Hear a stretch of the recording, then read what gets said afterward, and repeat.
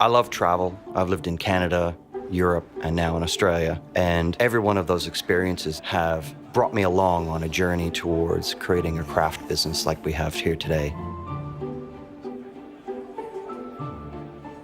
To me, Wayward is an attitude. It's a feeling.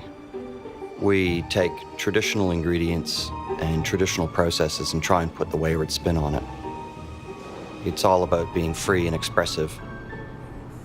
Essentially, we make beer, really good beer. I really developed my love of beer with real ales in England, and I just couldn't get those beers in Australia, so I had to make them myself.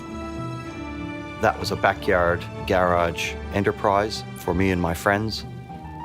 It was a natural step for me to take that love and try and turn it into a business. Being a small business, keeping a handle on finances is absolutely crucial. We need to have data up to the minute, up to the day. Starting Wayward was a passion, but you don't work 7 days a week, 12 hours a day for something that you don't love.